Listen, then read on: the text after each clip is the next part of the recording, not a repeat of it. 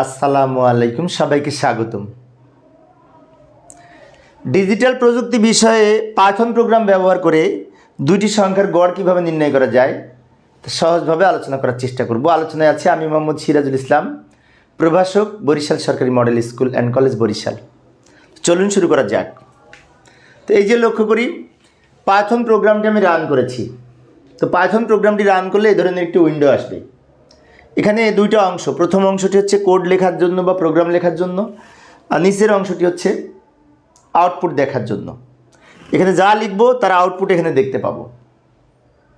তাহলে এখানে লিখতে হলে আমাদের উপরে যেহেতু দুইটি সংখ্যার গড় নির্ণয় করব, দুইটা সংখ্যা আমাদের আগে লিখতে হবে, যে সেই দুইটা সংখ্যার আমরা গড় লিখবো, তাই না? যদি আমরা মান নির্ধারণ করতে চাই, তো মনে করি এ এবং বি দুইটা ভেরিয়েবল যদি আমরা গ্রহণ করি, তো এর মান এর মধ্যে রাখলাম 25, বি এর মান রাখলাম 10। এখন অনেকের মনে হতে পারে এগুলো কোথায় পেলাম, আমি কাল্পনিক লিখেছি।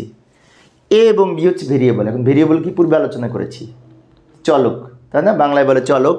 মেমোরিতে জায়গা নির্ধারণ করার জন্য যে নাম ব্যবহার করা হয়, মেমোরি লোকেশন নির্ধারণ করা হয় যে নাম দিয়ে, তার নাম হচ্ছে ভেরিয়েবল।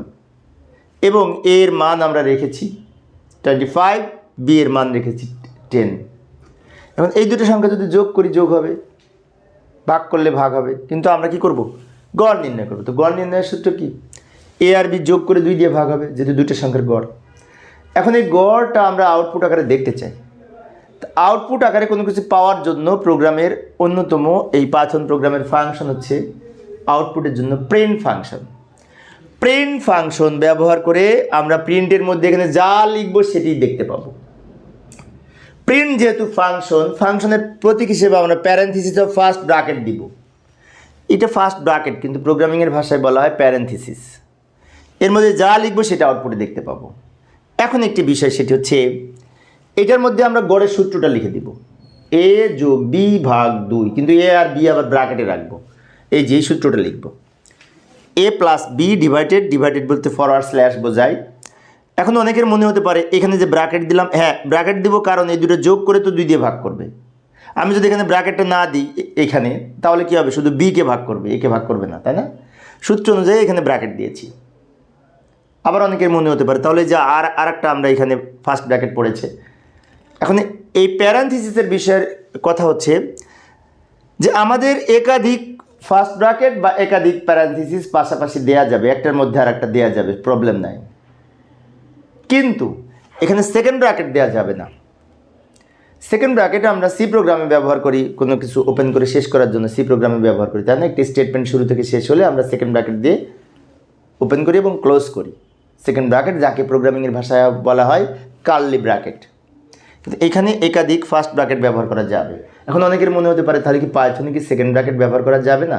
হ্যাঁ যাবে, সেটা আমরা আরও গভীরে যাই, দেখব সেকেন্ড ব্র্যাকেট বা কার্লি ব্রেস আছে। তো যাই হোক, আপাতত এইখানে আমাদের এই প্যারেন্থিসিস একাধিক দেওয়া যাবে, সমস্যা নেই। এটা শুরু, এটা শেষ, এটা শুরু, এটা শেষ। এই সূত্রের আউটপুটও তো আমরা এখানে দেখতে পাবো। প্রোগ্রাম লেখা তো শেষ, এবার আউটপুট দেখব কিভাবে। আউটপুট দেখার জন্য দুইটা ছোট্ট কাজ করতে হবে।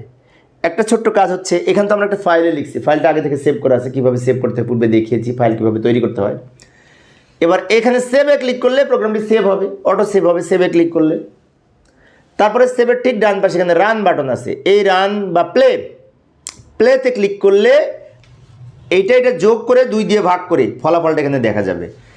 25 and 10 যোগ করে 35, 35কে 2 দিয়ে ভাগ করলে কত হয়? গড় হবে 17.5, তাই না? এভাবে আমরা গড় নির্ণয় করতে পারি পাইথন প্রোগ্রাম ব্যবহার করে। তো আজকে এই পর্যন্ত। আমি অল্প অল্প করে